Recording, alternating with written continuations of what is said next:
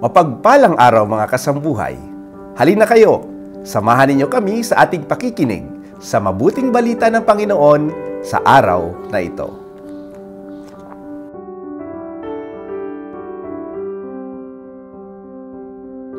Ang mabuting balita ng Panginoon ayon kay San Mateo.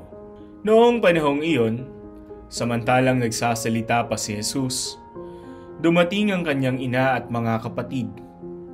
Naghihintay sila sa labas at ibig siyang makausap. May nagsabi sa kanya, "Nasa labas po ang inyong ina at mga kapatid at ibig kayong makausap." Ngunit sinabi ni Jesus, "Sino ang aking ina at sino-sino ang aking mga kapatid?"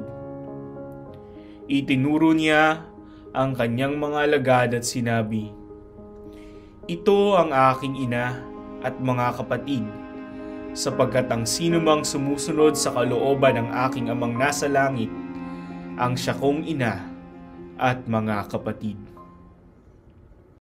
Pagsasadiwa. Ang sinumang sumusunod sa kalooban ng aking amang nasa langit, ang siya kong ina at mga kapatid. Ang pahayag na ito ni Jesus, ang tunay na sukatan o pamantayan para sa tunay na pakikipag-ugnayan sa Diyos. Lumalampas ang ugnayang ito sa anumang ugnayan na maaari nating mabuo sa hanay ng ating mga kapamilya, kaibigan, o sino mang ating nakilala. Tayong lahat ay kabilang sa iisang pamilya ng Diyos, at tayong lahat ay magkakapatid sa ating iisang Ama sa langit.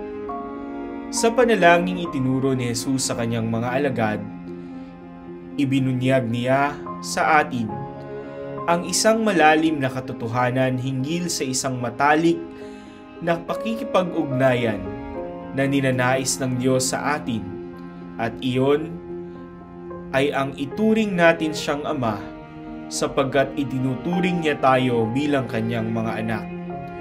Bagamat ito'y isang napakalaking karangalan para sa atin, may kaakibat din naman itong mahalagang responsibilidad na sundin ang kanyang kalooban, katulad ng mga katagang nagsasabing, "Sundin ang loob mo dito sa lupa para nang sa langit." Naway nadama po natin ang pagpapala ng ating Panginoon sa ating pakikinig sa kanyang mga salita. Samahan po ninyo muli kami bukas sa aming pagninilay. Ito nga po pala si Father J.K. Maleficiar ng Society of St. Paul na nagsasabing, "All for the Gospel."